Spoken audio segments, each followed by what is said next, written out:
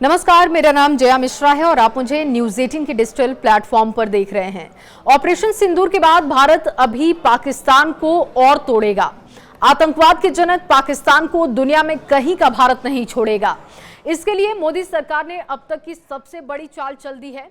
जी हां, दुनिया भर में आतंकवाद पर पाकिस्तान को बेनकाब करने के लिए मोदी सरकार एक मल्टी पार्टी डेलीगेशन विदेश में भेजेगी।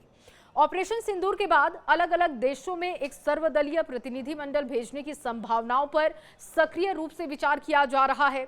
इस पहल का मकसद अंतर्राष्ट्रीय समुदाय के सामने पाकिस्तान से पनप रहे आतंकवाद पर भारत का रुख स्पष्ट रूप से रखना है, पाकिस्तान को बेनकाब करना है।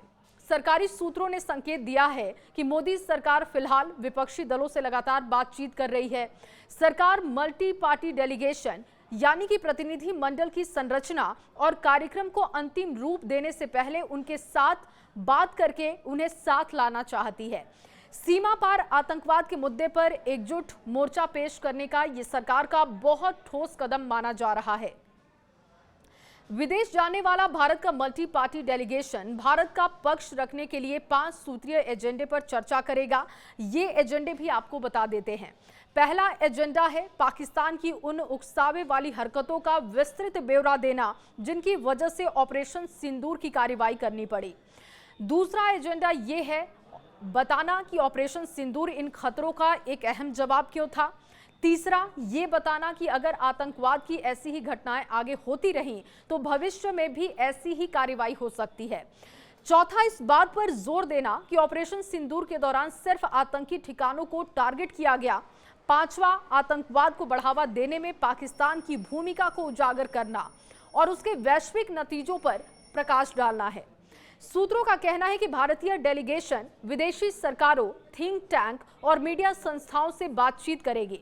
भारत की ये टीम पाकिस्तानी जमीन से आतंकवाद के मद्देनजर ऑपरेशन सिंदूर की जरूरत और उसके मायनों पर भारत का पक्ष रखेगी। सभी पक्षों से बातचीत के बाद डेलीगेशन का स्वरूप घोषित किया जाएगा, क्योंकि सरकार सीमा पार आतंकवाद के मुद्दे पर एक बहुदलीय दृष्टिकोण चाहती है। हालांकि पहली बार ये पहल नहीं हो रही है, दशकों पहले इस तरह की पहल हो चुकी है। ये कदम केंद्र की ओर से पहले भी अपना ली गई थी। पूर्व पीएम पीवी नरसिम्हा राव की बात की जाए, अटल बिहारी वाजपेयी की बात की जाए, उन्होंने पहल की थी और यूएनएचआरसी भेजा भी था। वहीं 26/11 मुंबई हमलों के बाद पूर्व पीएम मनमोहन सिंह ने भी अंतर्राष्ट्रीय समुदाय से बात की थी, लेकिन कुछ खास असर इसका दिखाई नहीं दिया, ना ही पाकिस्तान पर कोई जोर पड़ा। लेकिन भारत की मौजूदा सरकार ने ये तय कर दिया है कि अब भारत चुप नहीं बैठेगा। दुश्मन अगर वार करेगा तो पलटवार भी करेगा और हर तरह से घेर कर उसको जवाब भी दिया जाएगा। सरकार के इस कदम पर आपकी राय क्या है, जरूर बताइएगा।